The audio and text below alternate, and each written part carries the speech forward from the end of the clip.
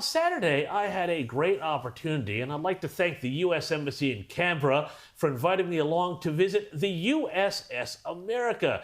Admiral Tom Schultz, American Charge d'Affaires Erica Olson, and everyone aboard the ship were incredibly generous in showing us life aboard this amphibious assault craft, normally based in Japan, that is paying a visit to Sydney in Australia, and is understood that it's going to be taking place with America and a bunch of other ships as part of the Operation Talisman Sabre coming up. Now, right now, around 4,500 sailors and Marines are in town in Sydney, and I tell you what, if you meet any of them, have a beer with them. They are incredible, mostly young people doing a hell of a job. And they will be, I have to say, potentially on the front line, very likely, of any future conflict that breaks out in the Pacific. Now, that's why I bring this up, because this visit here that I was part of, it is part of the close Australian-American alliance. It represents this, one which our own Prime Minister, however, Anthony Albanese, has been, well, rubbishing just a little bit lately for his own domestic political purposes.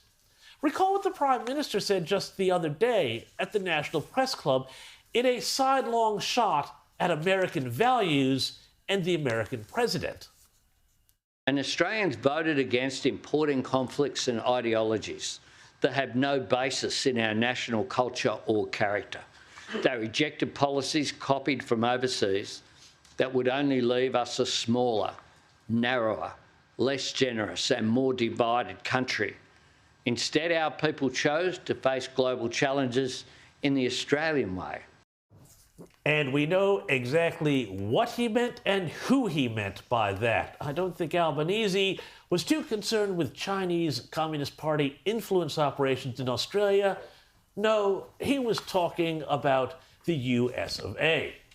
Now, of course, after all that, I hope Donald Trump doesn't watch the press club, because the Prime Minister has jetted off to meet, we presume, and I think it's now been confirmed on Tuesday, and this is going to happen, meet with U.S. President Donald Trump at the G7, where Australia's defense spending budget will surely come up.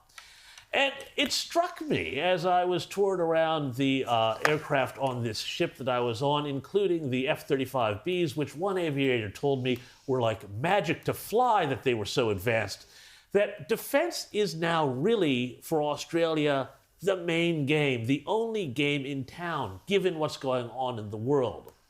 Yet it also strikes me that the nature of warfare is changing, and we in Australia have to be ready.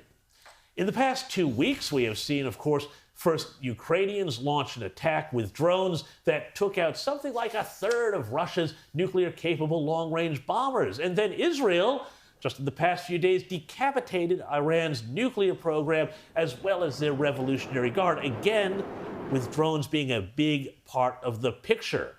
And great for them, but let's remember, the good guys don't always win, and the bad guys have access to the same technology, because in just the past 2 weeks, not just the past 2 weeks, but the past 2 years have shown us what the wars of the future will look like for Australia as well. This next generation of warfare, driven by drones and other autonomous technology, not necessarily launched from an airbase or a carrier group, means that even seemingly ragtag enemies can make a lot of trouble for relatively little cost. Just look at what's been going on in the Red Sea, where Iran's backed Houthi rebels from Yemen have launched a harassment campaign on global shipping that has forced, by some counts, nearly half of all container ships that would have once gone through the Red Sea to instead make their way around Africa at great cost. Now, Australia, too, guess what? We're incredibly vulnerable to this style of warfare.